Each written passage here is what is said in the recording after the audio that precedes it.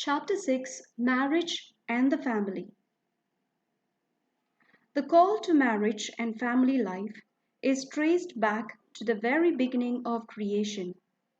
In the first two chapters of Genesis, we are told that God created everything in the world, and as the crown of creation, He created human beings in His own image. He made them male, female. This means that they have the power to think and they have free will just as God has. God is love, and since they were made in His image, they were made to love God and each other. We read again in Genesis, God blessed them. Thus, they formed the first community of love, an image of the Blessed Trinity, which is the divine community of love. Marriage is ordered to the creation of new life. Spouses, therefore, they must be open to the gift of having children. God gives spouses a share in the act of creation. Through the loving union of man and woman, a child is brought forth into the world. Lifelong unity. Husband and wife freely and consciously make a public declaration by pronouncing their vow in the presence of God, His church, and the people, namely, to remain faithful to each other until death. This calls for total commitment and fidelity to each other under all circumstances of life. So marriage is ordered to the unity of the spouses, and this unity is exclusive or lifelong. Mutual love and support is to be found between the husband and wife.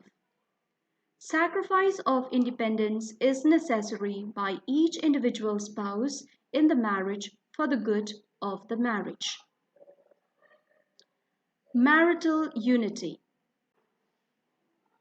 The married life is blessed by our Lord as well. The first miracle at the beginning of Jesus' public ministry was performed at the wedding at Cana.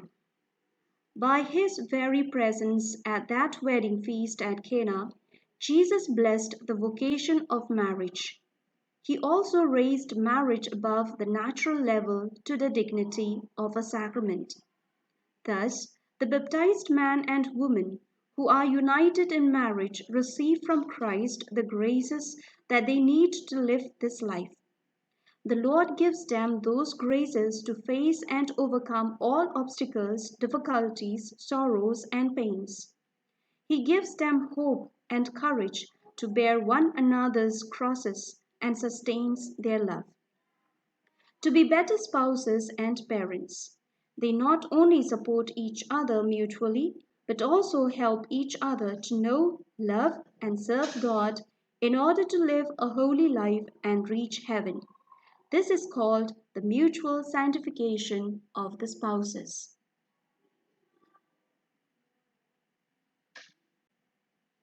The unity of spouses is supposed to reflect the love that Christ has for His church. The love of Christ on the cross is the love to be found in marriage.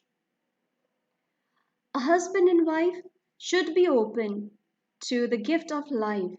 This entails bringing children into the world.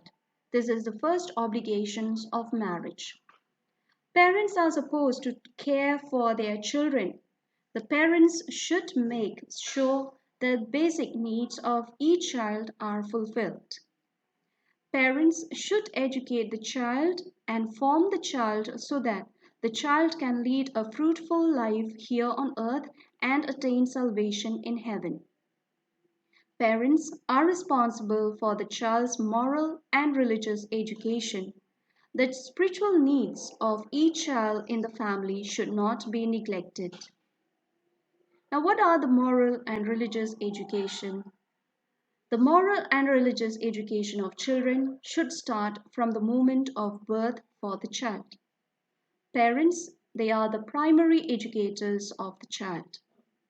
Parents being the primary educators, Must means that the obligations to educate children falls on the parents first.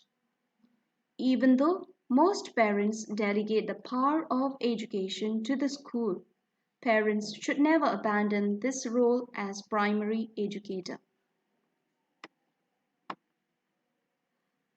The children's duties in the family. Children should honor their parents. The children must care for their aged and infirm parents, that means sickly parents, and family members. Children must love and respect their siblings.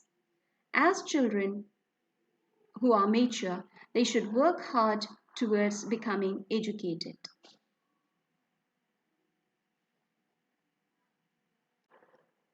I would like to quote here the saying of Pope Francis, his letter to the families on 2nd February 2014. He said, "In your journey as a family, you share so many beautiful moments like meals, rest, housework, leisure, prayer, trips, and pilgrimages, and times of mutual support. Nevertheless, if there is no love, then there is no joy, and authentic love comes to us from Jesus. He offers us His word, which illuminates our path. He gives us the bread of life, which sustains us on our journey." Before I end this video, I would like to bring before you the 5 distinguishing marks of a Catholic family.